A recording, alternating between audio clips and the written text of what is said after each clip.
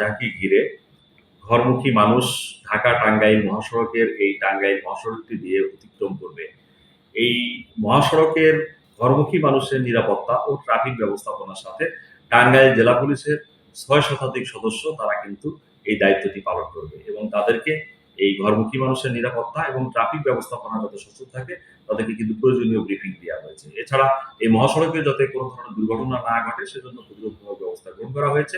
যদি দুর্ঘটনা ঘটেই যায় তাহলে সেক্ষেত্রে আমাদের মহাসড়কে ৬টি রেকার টিম, জেলা পুলিশের প্রয়োজনীয় সংখ্যক সদস্য, সেই সমস্ত উদ্ধার কার্যক্রম সহ যাবতীয় ব্যবস্থাপনা কিভাবে সংগঠিত হবে সে ব্যাপারে কিন্তু পর্যাপ্ত পরিমাণে ব্রিফিং করে দেওয়া হয়েছে। তো আমরা আশাবাদী গত ঈদ উল ফিতরে আপনারা জানেন যে একটি চমৎকার ঈদ উপহার কিন্তু আমরা দিতে পেরেছি এবং ঘরমুখী মানুষ তারা কিন্তু আপনাদের মাধ্যমেই প্রচারিত হয়েছে। তারা অত্যন্ত স্বাচ্ছন্দ্য পরিবেশে কিন্তু এই মহাসড়কটি দিয়ে অতিক্রম করতে পেরেছে।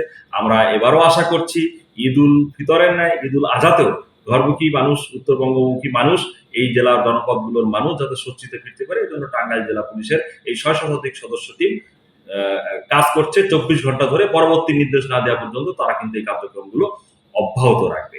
আপনারা জানেন যে সাম্প্রতিককালে বেশ কয়েকটি ঘটনা ঘটেছে। ফেব্রুয়ারি মাসে একটি বাস ডাকাতির ঘটনা ঘটেছে। সেখানে কিন্তু টাঙ্গাইল জেলা পুলিশ এবং টাঙ্গাইল জেলা পুলিশের গোয়েন্দা শাখার টিম সেই ঘটনা কিন্তু রহস্য উন্মোচন করেছে। সেখানে ৭ জন আসামি এবং ওই ঘটনায় লুণ্ঠনকৃত যে সমস্ত মোবাইল, মালামাল, অর্থ সকল কিছু কিন্তু উদ্ধার হয়েছে।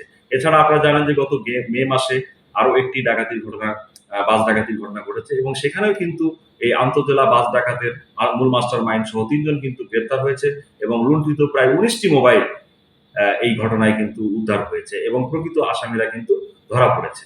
তো এবং আপনারা জানেন যে এই গত মাসে আরো একটি ঘটনা, একজন প্রবাসী নারী এই যানবাহনটি দিয়ে তার যানবাহন যোগে যাওয়ার পথিমধ্যে একটি ডাকাতির ঘটনা ঘটে এবং এটিও কিন্তু বেশ চাঞ্চল্য সৃষ্টি করে।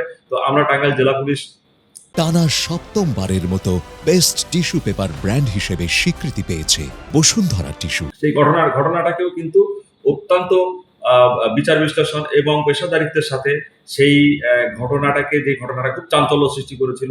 আমরা খুব অল্প সময়ের ভিতরে এই ঘটনাটার মূল রহস্য এবং এই ঘটনার সাথে জড়িত মূল মাস্টার মাইন্ড সহ আন্তঃজেলার ৫ জন সক্রিয় সদস্যকে কিন্তু গ্রেপ্তার করতে সক্ষম হয়েছি এবং তাদের কাছ থেকে যে সমস্ত লুণ্ঠনকৃত মোবাইল এবং ডাকাতির কাজে সরঞ্জামাদি ছিল এবং মাইক্রোবাসটি ডাকাতিরা ব্যবহার করেছিল, সেই মাইক্রোবাস, ডাকাতির সরঞ্জামাদি, লুণ্ঠনকৃত মোবাইল, টাকা সহ সকল কিছুই কিন্তু টাঙ্গাইল জেলা পুলিশ এবং তথা টাঙ্গাইল জেলার ডিবি পুলিশ কিন্তু সেই মামলার রহস্য উন্মোচন করেছে এবং পুরো ঘটনা কিন্তু ডিটেক্ট করা হয়েছে এবং মূল মাস্টার মাইন্ড ছিল ৫ জন সদস্য গ্রেপ্তার করেছে।